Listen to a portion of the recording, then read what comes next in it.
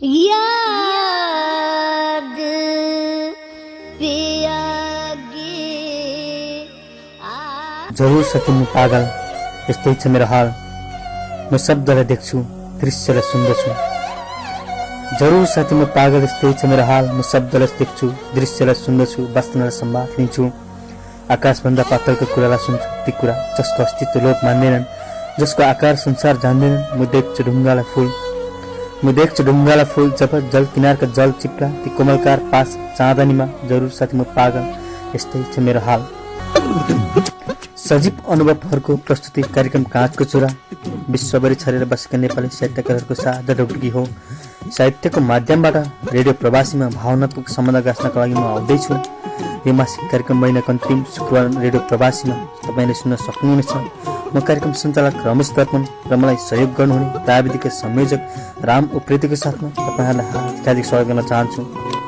तपाईँहरूको विभिन्न लेख रचना कथा कविताको लागि हामी सधैँभरि अपेक्षा गर्दछौँ।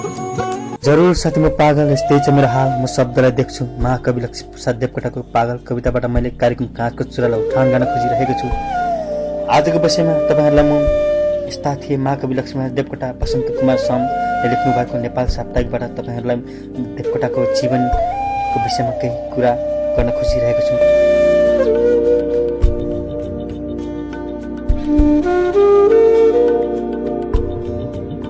यस्ता थिए महाकवि लक्ष्मीप्रसाद देवकोटाको वसन्त कुमार सम नेपाल 2011मा लेख्नु भएको महाकवि लक्ष्मीप्रसाद देवकोटाको विषयलाई आजको कार्यक्रम काँचको चुरामा उठाउन खोजिरहेको छु। महाकवि लक्ष्मीप्रसाद देवकोटा र मेरो उमेर बीच मात्र 11 वर्षको अन्तर हो। बुबाले मलाई यिनी तिम्रा भाइदार हुन् भनेर चिनाइदिनु भएको थियो। त्यसैले देवकोटा र म दाजुभाइ थियौँ। लामो समयसम्म मैले उहाँको सानिध्य र स्नेह पाएँ। यसलाई म आफ्नो अहोभाग्य ठान्दछु। देवकोटासँगै मैले लेखनाथ पौडेल, बालकृष्ण सम, सिद्धिचरण श्रेष्ठ, केदारमान व्यतीत आदि विशिष्ट सर्जकहरूको पनि सङ्गत गर्न पाएँ। यसलाई आफ्नो जीवनको साह्रै ठुलो उपलब्धि ठान्दछु।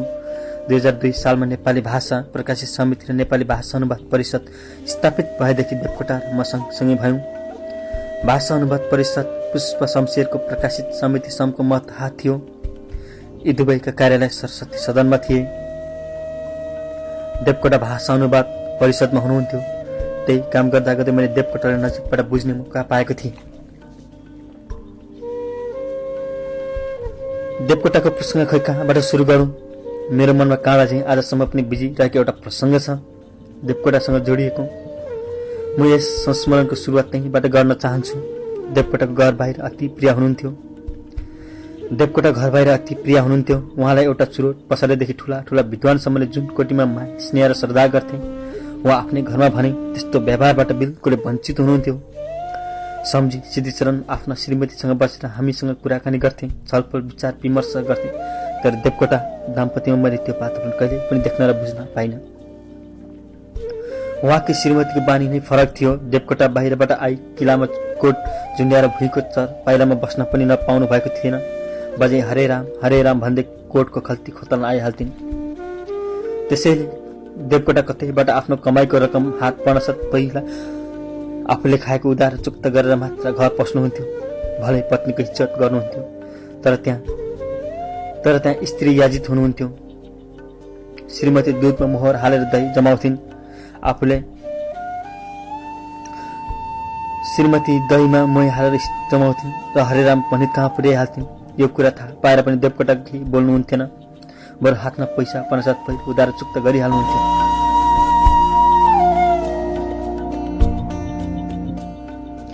2004 सालको कुरा हो। उहाँ 29वटा पाण्डुलिपि स्वीकृत भएर पनि प्रकाशित समितिमा थन्केर बसेका थिए। अरूका पाण्डुलिपि स्वीकृत भए पछाडि पेस्की स्वरूप केही रकम भुक्तानी पाउने परम्परा थियो। तर देवकोटाको प्रतिभाबाट जलेका पुष्प शमशेर यसको भुक्तानीमा अर्को थापिरहेका थिए।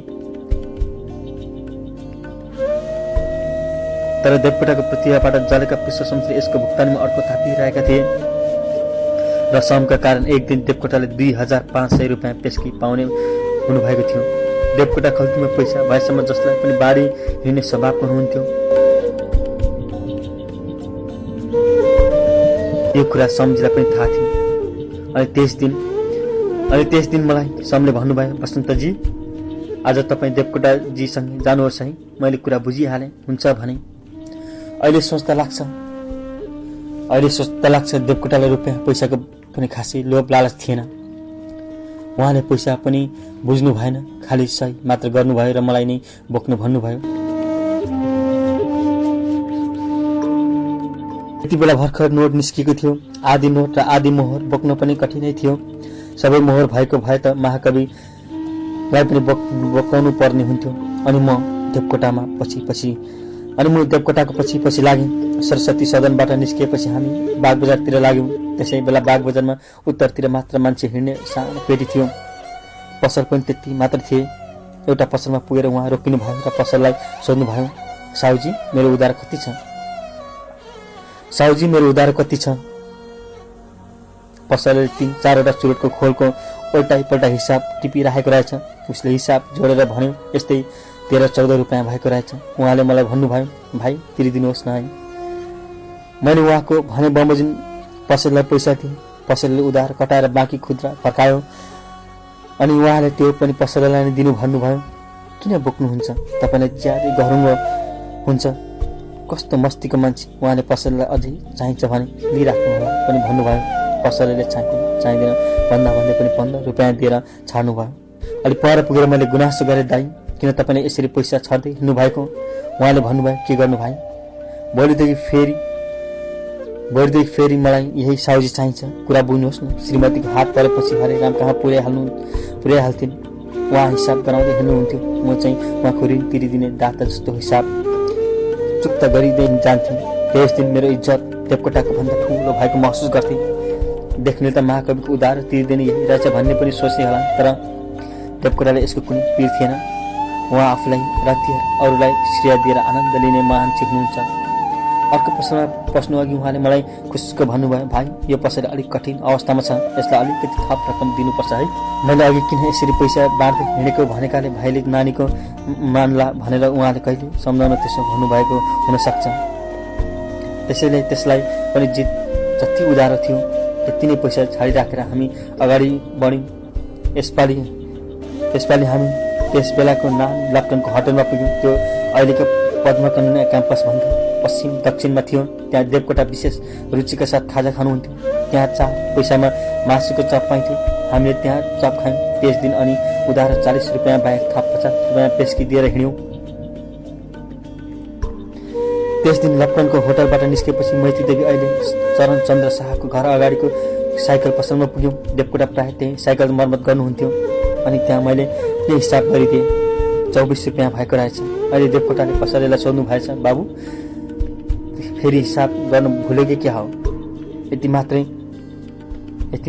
नहुनु पर्ने नभन्दै त्यसको 8 रुपियाँ त टिप्नै भुलेको रहेछ। त्यो पनि तिरिदिएँ। अलिकति पेस्की पनि दिइराखेँ। हामी दाजुभाइ उधार तिर्दै हिँड्यौँ। त्यस दिन सारा उधार तिरेर उहाँको घर पस्नु अघि उहाँले दाजु लेखनाथ देवकोटाकामा जाउँ भन्नुभयो। त्यहाँ पासा खेलेको 210 रुपियाँ बाँकी रहेछ। त्यहाँ पुगेपछि स्वाभाविक थियो दाजुभाइ पासामा भिड्ने नै भए। तर यसपालि महाकवि देवकोटाको तर्फबाट म पासा हान्छु है भने। राणाहरूसँग खेल्दा म पासाको हरेक दाउ पेजमा मुक्त भोगी भएको थिएँ। मैले लगातार 2 दाउ खाइदिएपछि लेखनाथले खेल्दिन भने। कारण के रहेछ भने दाइले जेल गरेर सधैँ हराएर सोझा भाइको खल्तीहरू रिताउँदा रहेछन्। अनि उनले झोली गरेर देवकोटाबाट लिन बाँकी 108 रुपियाँ तिरेर हामी महाकवि निवास पस्दा फेरि खल्तीमा 1700 रुपियाँ बाँकी थियौँ। देवकोटाले त्यो पैसा फेरि पनि बजेको हातमा राखिदिनु भयो। मैले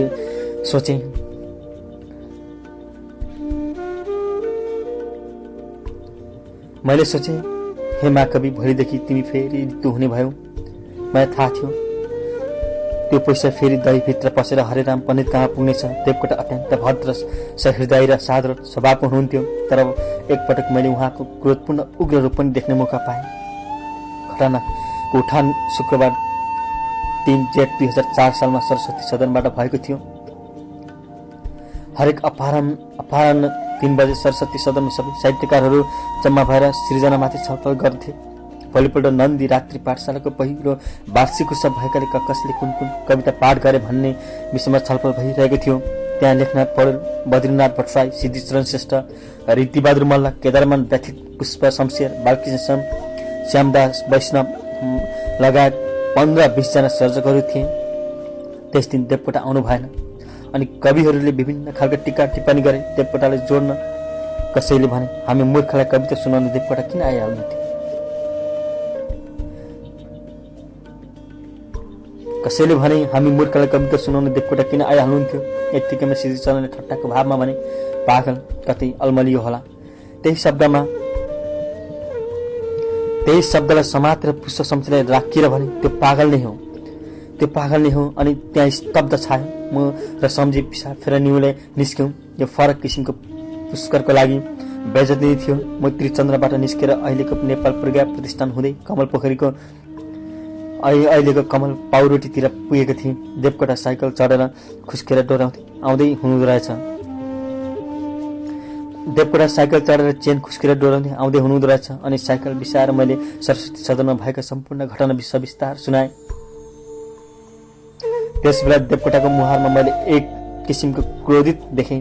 हामी त्यस दिन 10 बजे रातिसम्म गफ्यौँ र 9 माना बदाम चट्ट पार्यौँ।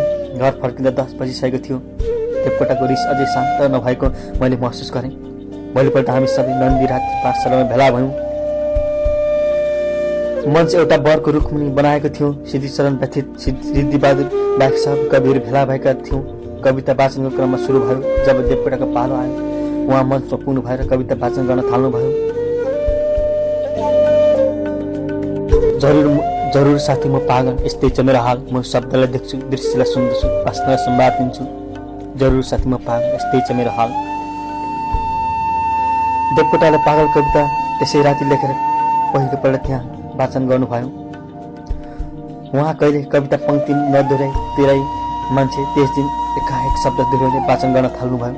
जरुर साथी म पागल, जरुर साथी म पागल, यस्तै छ मेरो हाल। म शब्दलाई देख्छु। जहाँसम्म विश्राम लिनुहुन्थ्यो बरको हाँगाबाट पात लुचेर मर्याक चपाउनुहुन्थ्यो। फेरि कविता भन्न थाल्नुहुन्थ्यो। जरुर साथी म पागल, यस्तै छ मेरो हाल। जरुर साथी म पागल, यस्तै छ मेरो हाल, यस्तै छ मेरो हाल। म शब्दलाई देख्छु, दृश्यलाई सुन्दछु। उहाँले त्यस दिन पागल कविता सुनाइ सक्दा बरको एउटा सिङले हाँगको पात मुर्ग पार्नु भयो। उहाँको कविता सुनिरहँदा लेखनाथको आँखा रसाए। उहाँले खल्तीबाट रुमाल निकालेर चस्मा पुस्नुभयो। सम्झीको आँखा पनि डगमगाइरहेको देखि उहाँले मतिर हेर्नुभयो। तिमीले हिजोको कुरा सुनाइछौ भन्ने भावमा।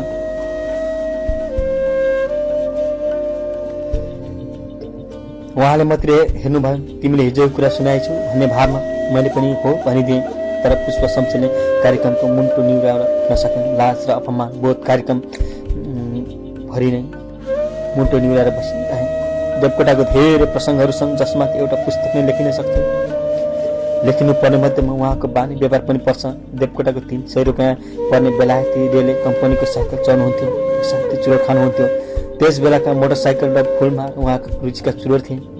खानेकुरा उहाँ लप्टनको पसलको मासुको चप पनि डुकु र बदनाम असाध्यै रुचाउनुहुन्थ्यो। मिठाईमा पेडा र बर्फी उहाँको रोजाइ थियो। उहाँ बेसुर गीत सुन्नुहुन्थ्यो, अवधि रुचाउनुहुन्थ्यो। उहाँ पनि गाउनुहुन्थ्यो बेला बेला, तर बेसुर लयबद्ध नभएको। मैले आफ्नो जिन्दगीमा देवकोटाको 3वटा कोट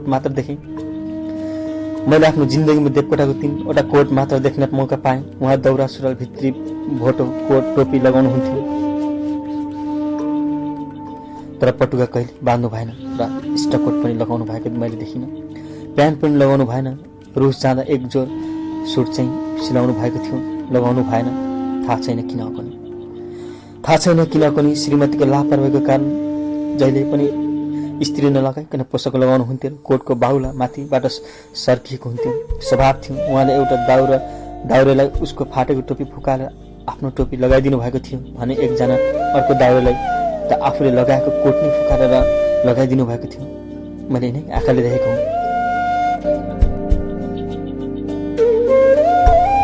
अन्तमा एउटा प्रसङ्गको चर्चा गरेर यस संस्मरणको बिट मार्न चाहन्छु। 2005 सालको कुरा हो। देवकोटा अचानक बनारस जानुभएको थियो। यस कुरालाई लिएर सम्झीलाई एकजना साहित्यकारले देवकोटामाथि व्यङ्ग्य पनि प्रहार गरे, तर सम्झीले त्यसलाई आफ्नो शैलीमा पुग्ने जवाब दिनुभएको थियो। हामी जस्तो साहित्यकारले कसैको बारेमा यति घटिया टिप्पणी गर्नु हुँदैन। त्यस दिन बाल्किन सम अत्यन्त भावुक मुद्रामा देख्नुभयो। देवकोटाको लेखक कालसँग प्रतिस्पर्धा भए पनि व्यक्ति देवकोटा र सम्झी गहिरो मित्रता थियो। त्यो मान्छे गयो अनि बाँकी समय लामो निश्वास छोडेर भन्नुभयो, वसन्तजी आजदेखि मैले शेर छोडिदिएँ है। अब म पातालोसम्म मात्र लेख्छु। यो 5 साल माघ 2005 सालको ठिक बिहान 11 बजेको घटना हो। यसको साक्षी म नै हुँ। वसन्त कुमार समलाई धेरै धेरै धन्यवाद दिन चाहन्छु। जाँदा जाँदै एउटा मिठो काजै भाका छोडेर जाँदैछु। सम्झन चाहन्छु, सम्झिनै पर्छ। कुन मन्दिरमा जान्छु यात्री, देवकोटासँग मिल्दोजुल्दो प्रसङ्ग छोडेर जाँदैछु। मलाई सहयोग गर्नुहुने प्राविधिक संयोजक राम उप्रेतीलाई धेरै धेरै धन्यवाद। कार्यक्रम सुनिदिनु भयो, तपाईँलाई पनि धेरै धेरै धन्यवाद। सुझाव र प्रतिक्रियाको लागि www.radioprabasi.लगन गर्नुहोला भन्दै तपाईँहरू माझमा अर्को अङ्कसम्मका लागि बिदा लिन चाहन्छु। हस्त नमस्ते। तपाईँको दिन सुखद र मङ्गलमय बितोस्। याद पिया की आए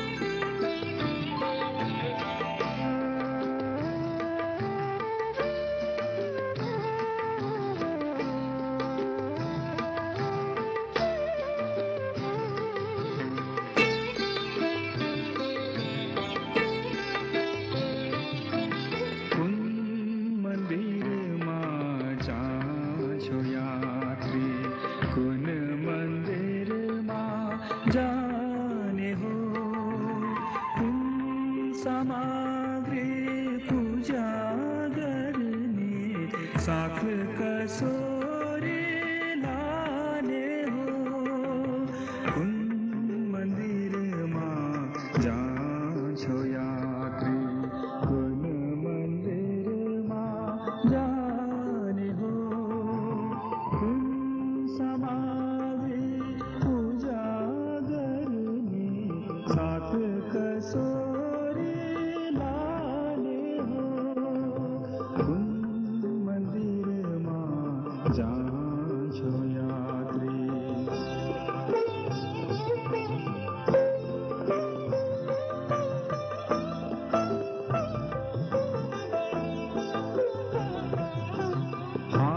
हाडहरूको सुन्दर खम्बा मांस पिण्डको दिवा मस्तिष्कको सुनको छाना इन्द्रियहरूको द्वार नसा नदेखा तर तरङ्ग मन्दिर आफू कुन मन्दिरमा जान्छौ यात्री।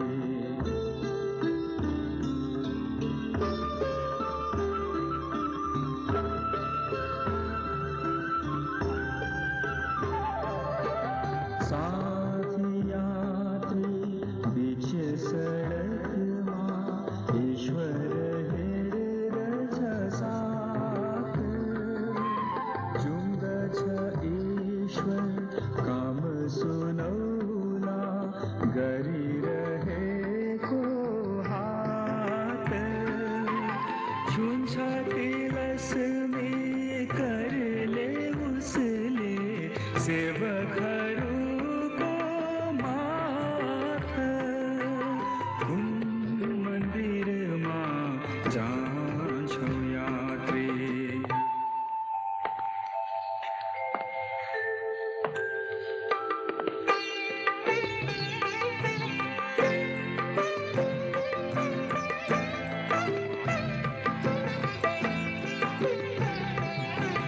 फर्क फर्क हे जाऊ समाऊ मानिसहरूको पाऊ मलम लगाऊ हातहरूको चहर्याइरहेको घाउ मानिसहरू भई ईश्वरको त्यो दिव्य मुहार हँसाऊ कुन मन्दिरमा जान्छौ यात्री।